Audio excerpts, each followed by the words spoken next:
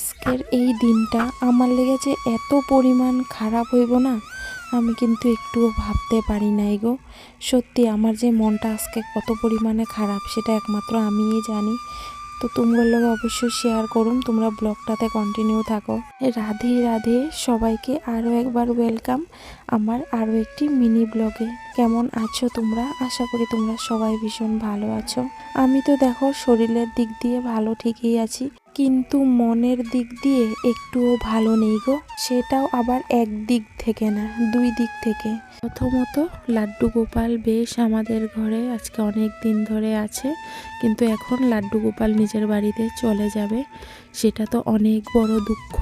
তারপর দিয়ে আমি এই যে পেজটা চালাচ্ছি, এই পেজটার মধ্যে অনেক বড় একটা ক্ষতি আমার হয়ে গেল, সেটাও আমার নিজের ভুলের গতিকে। ঘুম থেকে ওঠার পর মনটা তো বেশ ভালোই ছিল।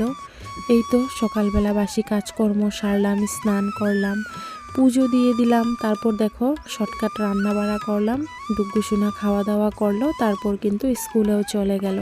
তারপর সেই অন্যান্য দিনের মতো আমি আমার কাজে কিন্তু লেগে পড়লাম। তো তোমাদেরকে আমি বলি, আমি যে ঠাকুর ঘরে লাড্ডু গোপালকে সেবা দেই, সেই লাড্ডু গোপালটা কিন্তু আমাদের না, আমাদের ঘরে ঘুরতে এসেছে। আজকে প্রায় 2 থেকে 3 মাস হয়ে গেছে আমাদের বাড়িতে ঘুরতে এসেছে। তো এখন কিন্তু লাড্ডু গোপালের ঘরে যাওয়ার সময় এসে গেল। আর আমার জানো তো এমন একটা টান হয়ে গেছে লাড্ডু গোপালের প্রতি, মানে যখন থেকে শুনেছি যে লাড্ডু গোপাল নিজের বাড়িতে চলে যাবে, তখন থেকে মানে আমার মনটা যে এত পরিমাণে খারাপ হয়ে গেছে না, মানে কি বলবো। আমি ঠাকুর ঘরে ঢুকে অনেক টাইম কান্নাও করলাম যে লাড্ডু গোপাল তুমি চলে যাবে নিজের বাড়িতে। মানে অন্য রকমের একটা টান হয়ে গেছে আমার লাড্ডু গোপালের প্রতি। তো এটা তো একটা কারণ রয়েই গেছে। এই কথা শোনার পর তো আমার এমনও মন টন খুবই খারাপ হয়ে গেছে।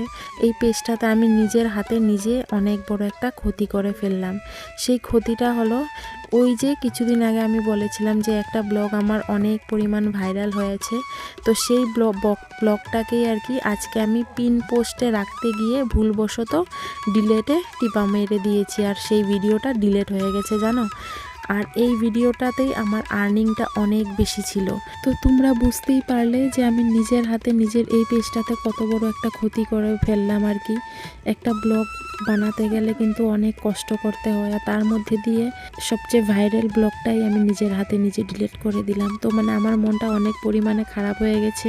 আর এই ঘটনাটা হয়েছে দুপুরের খাওয়া দাওয়া পর আর কি আমার সঙ্গে। তো যাই হোক, মন মেজাজ তো অনেক খারাপ হয়ে গিয়েছিল, বেশ কান্নাকাটিও করেছিলাম অনেক সময়। তারপর পাশের বাড়িতে চলে গেলাম বিকালবেলা, সবার সঙ্গে বসে এখানে একটু কাজ করলাম, যেহেতু বৈষ্ণব সেবা ছিল। মন